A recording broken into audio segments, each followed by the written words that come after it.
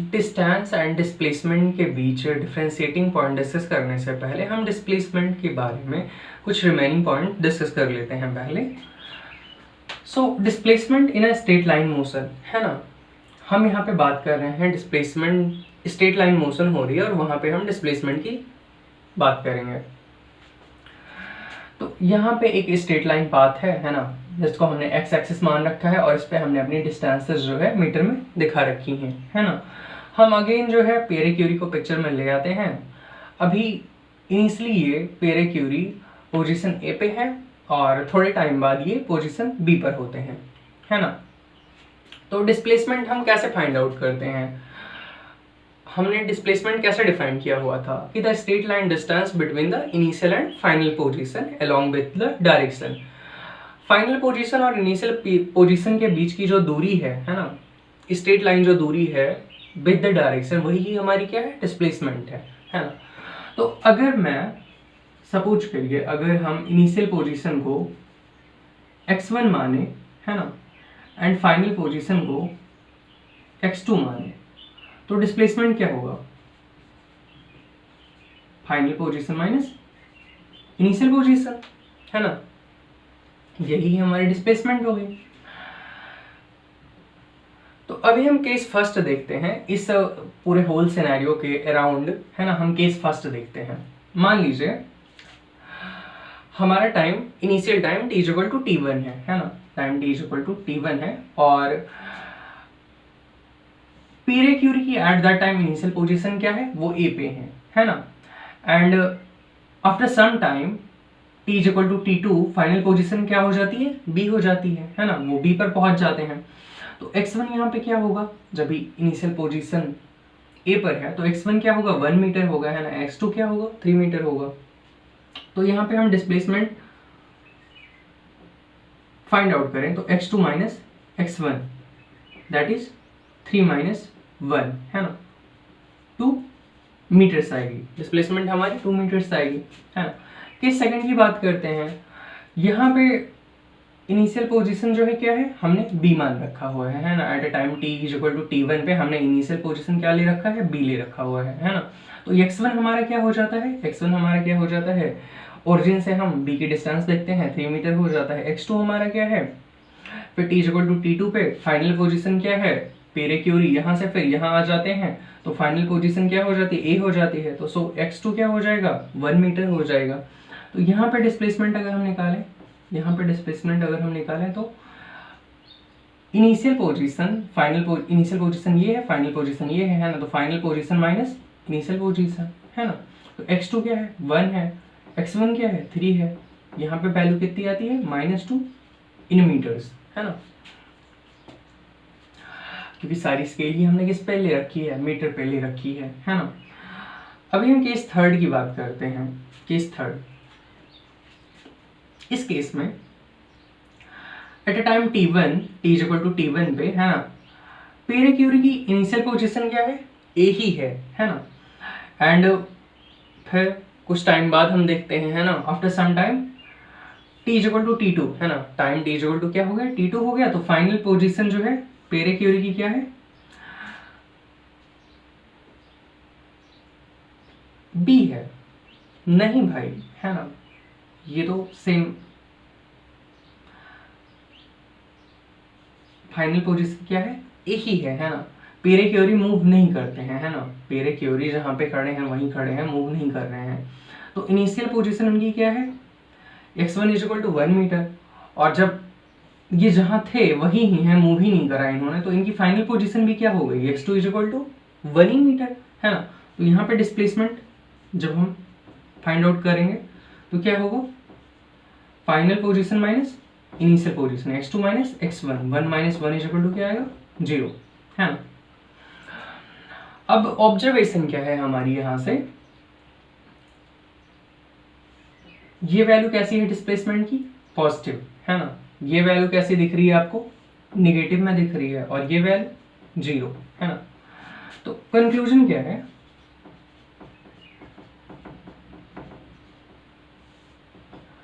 Displacement जो हमारा होता है कैन बी पॉजिटिव और नेगेटिव और 0, है ना। डिस्प्लेसमेंट हमारा पॉजिटिव भी हो सकता है, नेगेटिव भी हो सकता है, और क्या हो सकता है, 0 हो सकता है ना।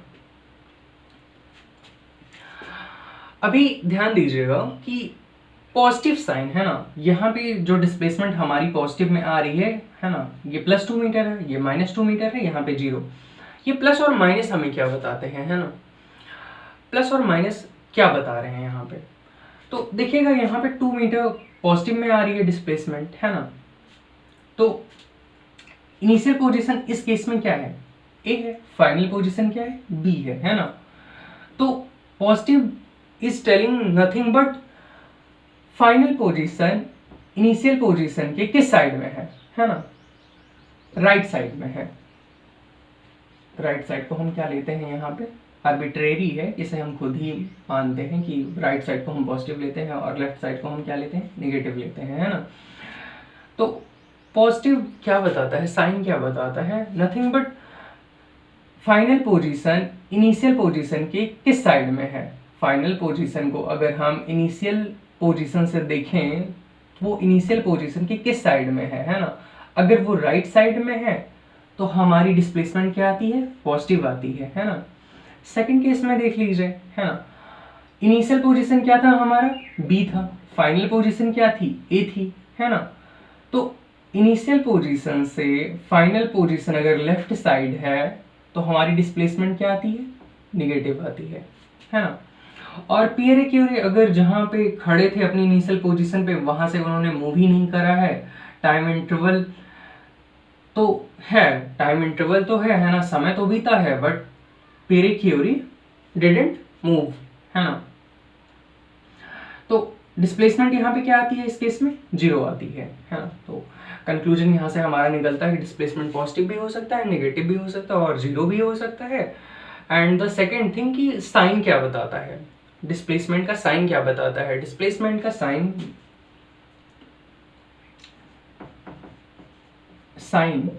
क्या बताता है ना, साइन डिस्प्लेसमेंट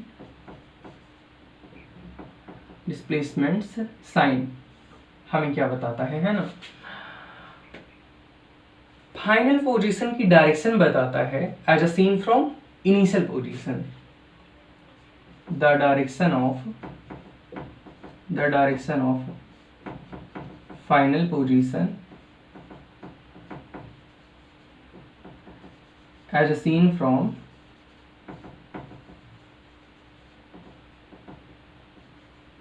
इनिशियल पोजीशन, है ना। पार्टिकल जब भी स्ट्रेट लाइन पाथ पे मूव कर रहा होता है तो हम उसको डिफाइन कैसे करते हैं, एक मैग्नीट्यूड और इसके एक बगल सम यूनिट, है ना। यही तो आ रहा है ना, स्ट्रेट लाइन पे हमारा पार्टिकल पियरे क्यूरी मूव कर रहे हैं, अच्छा पार्टिकल हम कंसीडर कर रहे हैं, मूव कर रहे हैं, तो हमें एक यूनिट मिल रही, एक मैग्नीट्यूड मिल रहा है ना, और कुछ यूनिट है उसकी, ये पॉजिटिव मैग्नीट्यूड पॉजिटिव हो सकता है और नेगेटिव हो सकता है ना। पॉजिटिव नेगेटिव क्या बताता है, direction of the final position as seen from the initial position. That's it about displacement in straight line motion, है ना। अब इसके बाद हम डिस्टेंस और डिस्प्लेसमेंट के बारे में डिफरेंशिएटिंग पॉइंट्स डिस्कस करेंगे। सो अभी हम डिस्टेंस और डिस्प्लेसमेंट के बीच डिफरेंशिएटिंग पॉइंट्स डिस्कस कर लेते हैं, कैसे हमारी डिस्प्लेसमेंट जो है वो डिस्टेंस से अलग है। इसके लिए ऑलरेडी मैंने यहाँ पे 5 पॉइंट्स लिख रखे हैं, हम एक एक को डिटेल में डिस्कस कर लेते हैं और समझ लेते हैं।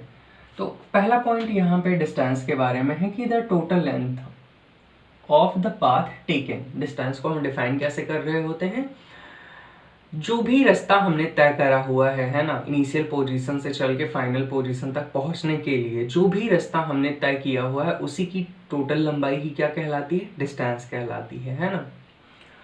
डिस्प्लेसमेंट में फर्स्ट पॉइंट क्या है, डिस्प्लेसमेंट को हम कैसे डिफाइन करते हैं। आप किसी भी इनिशियल पोजीशन ए से चल के फाइनल पोजीशन बी तक पहुंच रहे हो, है ना, उसके लिए बहुत सारे रास्ते हो सकते हैं, है ना। नहीं मैटर करता आप किस रास्ते से होकर जा रहे हो, डिस्प्लेसमेंट के लिए बस इतना मायने रखता है कि उसकी इनिशियल पोजीशन और फाइनल पोजीशन के बीच स्ट्रेट लाइन डिस्टेंस कितनी है ना। स्ट्रेट लाइन डिस्टेंस को ही हम क्या कहते हैं, डिस्प्लेसमेंट कहते हैं। अब जैसे एग्जांपल से समझिएगा, यहाँ पे देखिए मैंने यहाँ पे एक फिगर ड्रॉ किया हुआ है, इनिशियल पोजीशन ए है, फाइनल पोजीशन क्या है, बी है ना। पियरे क्यूरी चल रहे हैं यहाँ से ए से और इन्हें बी तक पहुंचना है। इसके लिए दो रास्ते हैं, पाथ 1 एंड पाथ 2 है ना। तो जब ये पाथ 1 फॉलो करते हैं तो total length of the path कितनी है, d1 कितनी है, 7 5 टाइम्स है ना, 1 2 3 4 एंड 5 इन मीटर्स कितनी है, 35 मीटर है ना। और जब ही ये Pierre Curie second path follow करते हैं अपनी लैब तक आने के लिए तो डिस्टेंस कितनी है, d2 50 मीटर है ना। बट अगर मैं पूछूं यहाँ पे डिस्प्लेसमेंट कितनी है, तो डिस्प्लेसमेंट के लिए कैसे हम डिफाइन कर रहे होते हैं, द स्ट्रेट लाइन डिस्टेंस है ना। तो ए से इनिशियल पोजीशन ए है, फाइनल पोजीशन बी है, इसके बीच स्ट्रेट लाइन डिस्टेंस है ना। इसी की जो लेंथ है वही ही हमारी क्या होती है, डिस्प्लेसमेंट होती है ना। 7 + 7 + 7 तो कितनी हो गई, डिस्प्लेसमेंट कितनी हो गई, 21 मीटर। हाँ, आप कोई सा भी पाथ फॉलो करो है ना, कोई सा भी पाथ फॉलो करो, बट डिस्प्लेसमेंट जो होगी वो initial position and final position के बीच स्ट्रेट लाइन की जो लेंथ है वही क्या होगी, हमारी डिस्प्लेसमेंट होगी है ना। तो बट यहाँ पे एक पॉइंट और है ना, together with the direction. Distance बताने के लिए हमें सिर्फ एक नंबर की जरूरत होती है, उसकी कुछ यूनिट होती है, बस एक नंबर की जरूरत होती है। d1 क्या है, 35 मीटर है फर्स्ट पाथ का, और d2 क्या है, 50 मीटर सेकंड पाथ की डिस्टेंस है ना। बट डिस्प्लेसमेंट में डायरेक्शन भी आती है। तो पहले समझ लीजिए कि ऑन प्लेन जो है या ऑन पेपर हम डायरेक्शंस कैसे डिफाइन करते हैं। तो ये एक वर्टिकल लाइन हो गई, ये एक हॉरिजॉन्टल लाइन हो गई है ना। तो राइट हैंड साइड पे हमेशा कौन सी डायरेक्शन होती है, ईस्ट होती है। लेफ्ट हैंड साइड पे क्या होता है, वेस्ट होता है ना। यही तो मेरा राइट हुआ ना, और ये क्या हुआ, मेरा लेफ्ट हुआ है ना। और ऊपर क्या होता है, नॉर्थ होता है, ये साउथ होता है। तो अभी इमेजिन करिएगा कि अगर पियरे क्यूरी की इनिशियल पोजीशन ए को हम ओरिजिन मान लेते हैं, ये क्या हो गया, ओरिजिन हो गया है ना, ओरिजिन हो गया। इसको अगर हम ओरिजिन मान लें तो इधर पॉजिटिव होता है, हम मानते हैं, इधर नेगेटिव होता है, इधर पॉजिटिव होता है, इधर नेगेटिव होता है ना। ये आर्बिट्रेरी है, ये वाई एक्सिस हो गया, वाई एक्सिस हो गया, ये क्या हो गया, एक्स एक्सिस हो गया, एक्स एक्सिस हो गया है ना। तो अगर हम अभी पियरे क्यूरी की इनिशियल पोजीशन को ओरिजिन मान लें तो स्ट्रेट लाइन डिस्टेंस किधर को है, फाइनल पोजीशन की, ईस्ट डायरेक्शन में है ना। तो डिस्प्लेसमेंट क्या होगा, displacement is equal to 21 metre east है ना। क्लियर है। सो डिस्प्लेसमेंट जो है वो हमें बताने के लिए एक नंबर की तो जरूरत है ही है ना, साथ में किसकी भी जरूरत है, डायरेक्शन की भी जरूरत है ना। तो सेकंड पॉइंट क्या है, डिस्टेंस में देखिएगा सेकंड पॉइंट क्या है, it has only magnitude. Distance को बताने के लिए बस एक नंबर की जरूरत होती है, नंबर को ही क्या कहते हैं, मैग्नीट्यूड कहते हैं। इसमें डिस्प्लेसमेंट को बताने के लिए magnitude as well as direction की भी जरूरत पड़ती है ना। तो ये हो गया मैग्नीट्यूड नंबर, और ये क्या होगी, डायरेक्शन होगी है ना। ये सेकंड पॉइंट हो गया। अब थर्ड पॉइंट यहाँ पे क्या लिखा हुआ है, स्केलर क्वांटिटी है ना। इसे समझिएगा, फिजिक्स में हम बहुत सारी फिजिकल क्वांटिटीज के साथ डील करते हैं, उसमें से डिस्टेंस एंड डिस्प्लेसमेंट हमारी दो फिजिकल क्वांटिटीज हैं है ना। तो ऐसी क्वांटिटी जिनके पास केवल मैग्नीट्यूड हो, या जिन्हें बताने के लिए, जिनके बारे में इंफॉर्मेशन देने के लिए सिर्फ मैग्नीट्यूड की ही जरूरत पड़े, हमें सिर्फ एक नंबर की जरूरत पड़े और उसकी कोई यूनिट हो है ना। तो ऐसी क्वांटिटीज को हम क्या कहते हैं, स्केलर क्वांटिटी कहते हैं। तो डिस्टेंस हमारी क्या है, डिस्टेंस को बताने के लिए सिर्फ एक नंबर की जरूरत पड़ रही है ना। तो डिस्टेंस हमारी कैसी क्वांटिटी है, स्केलर क्वांटिटी है। इसको हम स्केलर क्वांटिटी के अंडर रखते हैं। मुझे बोलते हुए कितना समय हुआ, है ना, मान लीजिए 5 मिनट, है ना, तो time is equal to 5 minute, है ना। यहाँ भी टाइम भी बताने के लिए एक नंबर और उसकी कुछ यूनिट है। एक नंबर की ही तो जरूरत पड़ रही है ना, एक मैग्नीट्यूड की जरूरत पड़ रही है। तो टाइम भी हमारा कैसी क्वांटिटी है, स्केलर क्वांटिटी है। अगर मैं आपसे पूछूं इस बॉटल की कैपेसिटी क्या है ना, वॉल्यूम क्या है, तो आप बोलोगे 1 लीटर पानी इसमें आ सकता है ना। तो बॉटल की कैपेसिटी क्या है, वॉल्यूम क्या है, 1 लीटर, है ना। तो वॉल्यूम भी हमारे इसे बताने के लिए एक नंबर की जरूरत पड़ रही है और इसकी कुछ यूनिट है ना। तो वॉल्यूम को भी बताने के लिए बस एक मैग्नीट्यूड की जरूरत पड़ रही है। तो वॉल्यूम भी हमारा कैसी क्वांटिटी है, स्केलर क्वांटिटी है ना। तो स्केलर क्वांटिटी को डिफाइन कैसे करते हैं ये समझ लीजिए। यहीं पे ऐसी क्वांटिटी जिनको बताने के लिए सिर्फ मैग्नीट्यूड की जरूरत हो, है ना। अगर मैं पूछूं ऐसे ही एक बॉटल और ले लीजिए, है ना, तो टोटल कैपेसिटी कितनी होगी दोनों बॉटल्स की, तो आप बोलोगे 1 लीटर इसकी और 1 लीटर दूसरी वाली बॉटल की, है ना। तो टोटल कैपेसिटी क्या हो जाएगी, 1 + 1 लीटर, है ना, that equal 2 litre total capacity of 2 bottles. तो स्केलर क्वांटिटी की कंप्लीट डेफिनेशन ये है कि जिन्हें बताने के लिए मैग्नीट्यूड की जरूरत हो, एक नंबर की जरूरत हो, है ना, प्लस जो क्वांटिटीज अरिथमेटिक के साधारण नियमों से जुड़ जाती हूँ, है ना, that is called scalar quantities. Like time हो गया, डिस्टेंस हो गया, वॉल्यूम हो गया, एंड एक्सेट्रा एक्सेट्रा, है ना। एंड वेक्टर क्वांटिटी किसे कहते हैं, है ना, ये भी समझ लीजिए। ऐसी क्वांटिटीज जिन्हें बताने के लिए, है ना, जिनके बारे में इंफॉर्मेशन देने के लिए हमें magnitude as well as direction दोनों की जरूरत हो, उसे क्या कहते हैं, वेक्टर क्वांटिटी कहते हैं, है ना। अब डिस्प्लेसमेंट आप देख लीजिए, डिस्प्लेसमेंट के बारे में इंफॉर्मेशन देने के लिए हमें सिर्फ 21 मीटर से काम नहीं बन रहा है हमारा, है ना, हमें डायरेक्शन भी बतानी पड़ रही है। पियरे क्यूरी किधर को मूव किए हैं, है ना, ईस्ट डायरेक्शन में मूव किए हैं। तो डिस्प्लेसमेंट हमारी कैसी क्वांटिटी है, वेक्टर क्वांटिटी है, क्योंकि इसे बताने के लिए magnitude as well as direction की भी जरूरत पड़ रही है। तो अभी समझिएगा कि ये वेक्टर क्वांटिटी की कंप्लीट डेफिनेशन नहीं है ना। जो अधूरा है उसे हम पूरा कर लेते हैं एग्जाम्पल के थ्रू। अब समझिएगा कि पियरे क्यूरी यहाँ पे है ना, इनिशियल पोजीशन ए, यहाँ से ये मूव करते हैं 1 मीटर, पहुंचते कहाँ पे हैं, बी पे, है ना।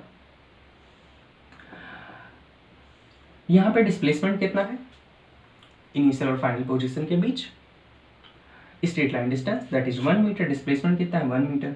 बी से अब ये कहाँ चल दिए, सी पे, है ना, ये पहुंच गए सी पे, इसकी भी लेंथ कितनी है 1 मीटर, है ना। तो बी से सी के बीच डिस्प्लेसमेंट कितना है, straight line distance that is 1 metre. अभी मैं पूछूं कि फाइनल डिस्प्लेसमेंट यहाँ पे कितनी है, टोटल डिस्प्लेसमेंट कितनी है। यहाँ पे तो मैंने पूछा कि टोटल वॉल्यूम कितना है, आपने 1 में 1 ऐड करा और बोल दिया कि 2 लीटर, है ना, of both the bottles 2 litre capacity, है ना। अभी मैं यहाँ पे पूछ रहा हूँ, बताइएगा, पॉज लीजिए और सोचिएगा कि यहाँ पे टोटल डिस्प्लेसमेंट कितनी होगी, 1 + 1 2 metre, but that is not true, है ना। अब ये देखिए स्ट्रेट लाइन डिस्प्लेसमेंट हम बताते कैसे हैं, ना, ये होगी इनिशियल पोजीशन, ये होगी फाइनल पोजीशन, इनके बीच स्ट्रेट लाइन ड्रॉ कर दीजिए, यही क्या होगी हमारी डिस्प्लेसमेंट हो गई, है ना। तो ये कितना होगा, ये 90 डिग्री है, राइट एंगल ट्राइंगल हो गया, पाइथागोरस थ्योरम, है ना। मैं डायरेक्ट कर दे रहा हूँ, ये कितना हो गया √2 मीटर, 1 का स्क्वायर प्लस 1 का स्क्वायर, है ना, √2 का स्क्वायर, √2, है ना, ऐसे भाई 1 का स्क्वायर प्लस 1 का square is equal to √2 metre आ गई, है ना। तो डिस्प्लेसमेंट हम देख रहे हैं, हम यहाँ पे क्या देख रहे हैं कि डिस्प्लेसमेंट, टोटल डिस्प्लेसमेंट जो यहाँ पे है वो 2 मीटर नहीं है, वो √2 मीटर है ना। और ये डिस्प्लेसमेंट का क्या है, मैग्नीट्यूड है ना। डिस्प्लेसमेंट की डायरेक्शन क्या होगी, है ना, मैग्नीट्यूड तो हमें पता चल गया, डायरेक्शन क्या होगी?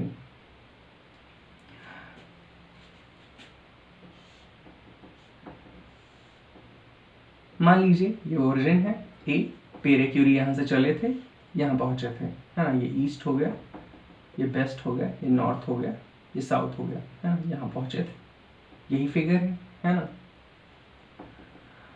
ये भी 1 मीटर है, ये भी 1 मीटर है, दोनों साइड्स इक्वल है, तो ये एंगल्स भी इक्वल होंगे। ये 90 डिग्री है तो ये कितना हो जाएगा 45 डिग्री, ये कितना हो जाएगा 45 डिग्री, है ना।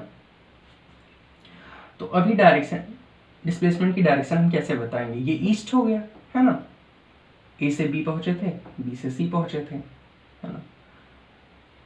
√2 मीटर 45 डिग्री साउथ, है ना, 45 degree south of east,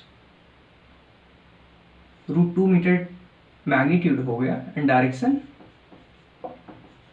45 degree south of east, है ना। तो यहाँ पे नोटिस करने वाली बात क्या है कि वेक्टर क्वांटिटी में हम वेक्टर क्वांटिटीज को हम डायरेक्ट अरिथमेटिक के साधारण नियमों से नहीं जोड़ रहे हैं, है ना। यहाँ पे जो एक रूल फॉलो हो रहा है, जो एडिशन का रूल फॉलो हो रहा है, वो अरिथमेटिक का नॉर्मल साधारण रूल नहीं है, है ना। ये ट्रायंगल रूल ऑफ, ये एक स्पेसिफिक रूल है, ट्रायंगल रूल ऑफ एडिशन है। तो वेक्टर क्वांटिटीज की कंप्लीट डेफिनेशन क्या होगी कि ऐसी क्वांटिटीज जिन्हें बताने के लिए magnitude as well as direction की भी जरूरत पड़ती है, एंड ये एक स्पेसिफिक रूल ऑफ एडिशन को फॉलो करती हैं, है ना, that is triangle rule of addition. अभी ये थर्ड पॉइंट क्लियर है। Fourth point, distance always positive, है ना। अब यहाँ पे देखिए ना, आप पियरे क्यूरी पाथ 1 फॉलो करके बी पर पहुंचे हैं, है ना, देन ये पाथ 2 फॉलो करके अपनी लैब तक पहुंचे हैं, फाइनल पोजीशन बी पर पहुंचे हैं। D1 क्या है 35 मीटर है, D2 क्या है 15 मीटर है। यहाँ पे हमें नेगेटिव साइन की ज़रूरत नहीं है ना, क्योंकि डिस्टेंस को बताने के लिए हमें किसकी ज़रूरत होती है, सिर्फ मैग्नीट्यूड की ज़रूरत होती है। तो ये ऑलवेज पॉजिटिव होगा, है ना, ये नेगेटिव नहीं हो सकता। डायरेक्शन है ही नहीं तो नेगेटिव आने का कोई चांस ही नहीं है ना। और जीरो भी हो सकता है, डिस्टेंस हमारी जीरो भी हो सकती है। सपोज करिए कि आप सुबह स्कूल से, आपको सुबह जो है घर से स्कूल के लिए जाना है, निकलना है ना, तो आप घर से, घड़ी में तो समय बीत रहा है, बट आप जो है घर से निकले ही नहीं, है ना, आप घर में ही रह गए, है ना। तो 7 बजे आपको निकलना था, घड़ी में 8 बज गए और आप घर पे ही हो, है ना, आपको स्कूल नहीं जाना है। तो डिस्टेंस अभी क्या हो गई, जीरो ही है ना, क्योंकि आपने कोई पाथ कवर ही नहीं करा स्कूल जाने के लिए। तो डिस्टेंस पॉजिटिव ही होगी, है ना, जीरो भी हो सकती है बट ऑलवेज पॉजिटिव, नेगेटिव कभी नहीं हो सकती। डिस्प्लेसमेंट अभी जस्ट हमने डिस्कस करा है ना, पॉजिटिव भी हो सकती है, नेगेटिव भी हो सकती है, जीरो भी, है ना। And the fifth and last point, distance क्या होती है, पाथ डिपेंडेंट होती है ना। इस एग्जांपल को देखिए, पाथ डिपेंडेंट मींस पाथ पे निर्भर कर रही है, जिस रास्ते से जाओगे डिस्टेंस बदल जाएगी, आपने रास्ता बदला तो डिस्टेंस बदल जानी है ना। पियरे क्यूरी पाथ 1 से जा रहे थे, डिस्टेंस क्या है, total length of this path 35 metre. Pierre Curie ने पाथ 2 फॉलो करा, डिस्टेंस क्या है, total length of this path 50 metre, है ना। तो इसीलिए क्या कंक्लूजन निकल रहा है यहाँ पे कि डिस्टेंस इज पाथ डिपेंडेंट, है ना। डिस्प्लेसमेंट क्या है, पाथ इंडिपेंडेंट है ना, नहीं मैटर करता आप कौन सा पाथ फॉलो कर रहे हो, पियरे क्यूरी चाहे पाथ 2 से जाएं या पाथ 1 से जाएं, है ना। डिस्प्लेसमेंट क्या है, वो तो बस स्ट्रेट लाइन डिस्टेंस है ना between initial position and final position, है ना। तो वो तो सेम ही रहनी है। अगर इनिशियल पोजीशन और फाइनल पोजीशन फिक्स्ड है तो आप किसी भी रूट से जाओ, है ना, डिस्प्लेसमेंट हमारी क्या रहनी है, सेम ही रहनी है। तो पाथ पे ये डिपेंड नहीं कर रही है, इसलिए क्या बोला गया इसको, पाथ इंडिपेंडेंट है ना। अब लैब हमारी यहाँ पे हो, है ना, तो डिस्प्लेसमेंट बदल जाएगी, है ना। तो स्ट्रेट लाइन पाथ आप कहाँ तक कवर करोगे, यहीं तक कवर करोगे, 14 मीटर होगी इन दैट केस, है ना। तो depends only on initial and final position of the object. अगर लैब को आप उठा के यहाँ पे ले आओ, सिचुएट कर दो, है ना, फाइनल पोजीशन आप चेंज कर दो तो डिस्प्लेसमेंट बदल जानी है ना। तो displacement only depends on initial position and final position, है ना। तो ये चीज़ क्लियर है। और द लास्ट थिंग है ना कि डिस्टेंस भी क्या है, लेंथ है ना, लेंथ है, और डिस्प्लेसमेंट भी क्या है, लेंथ है। Distance total length of the path है और displacement the straight line length between initial and final position, है ना। तो इसलिए दोनों की यूनिट क्या होगी, जो लेंथ की यूनिट होती है मीटर और किलोमीटर, मीटर और किलोमीटर, यूनिट दोनों की क्या होगी, सेम होगी, है ना। So that's it about distance and displacement. इसके बाद हम डिस्कस करेंगे स्पीड एंड वेलोसिटी।